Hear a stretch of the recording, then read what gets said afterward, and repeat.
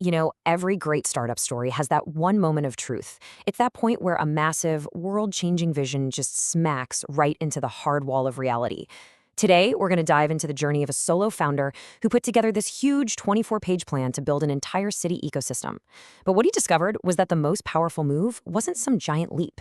It was a single, focused step. Let's explore how that one crucial insight completely reshaped his entire approach. So this right here, this is the mindset at the very heart of our story. This is a journal entry from the founder, Kulwinder Ricky Singh. And man, it just perfectly captures that founder's itch, right? That mix of ambition, a little bit of anxiety, and this burning desire to build something that actually matters, especially now, in the age of AI. It's this energy that really fueled the whole project. Okay, so who is Ricky? Well, Calgary Living didn't start in some fancy boardroom. Nope. It all began as a personal habit. Ricky was simply out there, documenting life in his city, Calgary, with photos and videos. It was just a creative passion that, over time started to look like it could be something much, much bigger. What makes this story so modern, so relevant, is that it's all happening right now. This isn't some tale from the old dot-com boom. Ricky's main tools were his iPhone, his own drive, and, this is crucial, from the very beginning, an AI co-pilot like ChatGPT. He really treated it like a creative and strategic partner. And this journey from just a habit to a real hustle, it happened incredibly fast. I mean, look at this. In early 2023, he's just playing around with AI. By October, the name Calgary Living officially exists in his journal. Less than a year later, there's a formal business plan made with help from AI. And then just 1 month after that, bam, some content from a local event goes viral. And that proves people are actually interested. The idea had legs. So, with that first taste of validation, Ricky didn't just think bigger. He went huge. He developed this incredibly detailed and ambitious 24-page business plan for 2025. This wasn't just about making content anymore. This was a blueprint for a whole citywide ecosystem. The whole plan was built on 3 massive interlocking pillars.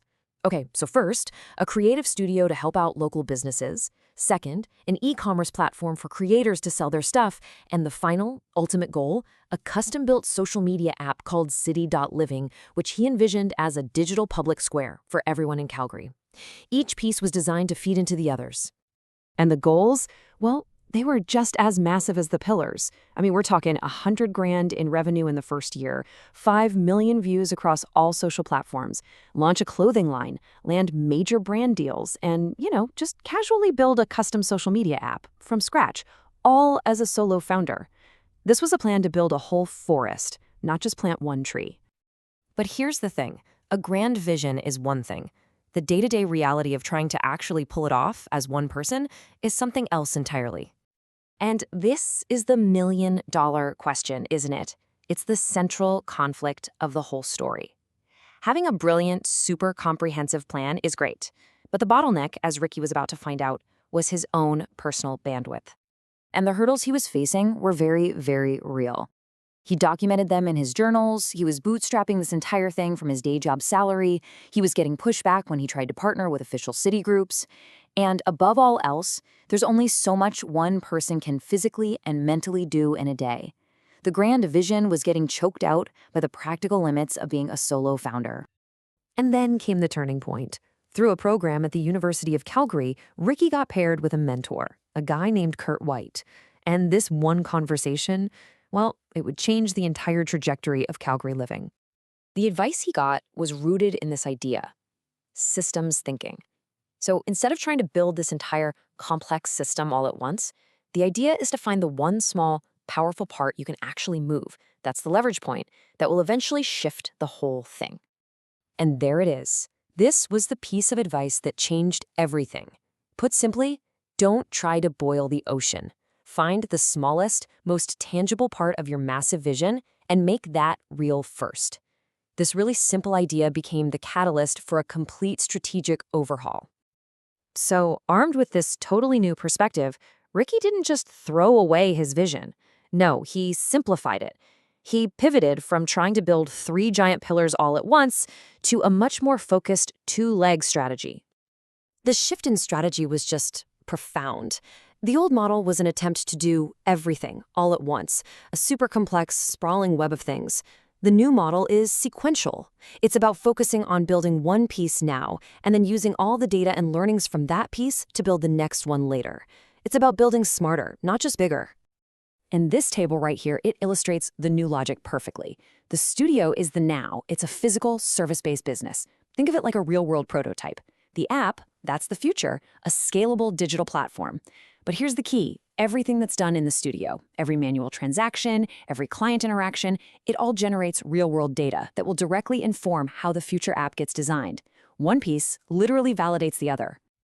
Okay, so with the strategy refined, what was the immediate, tangible first step?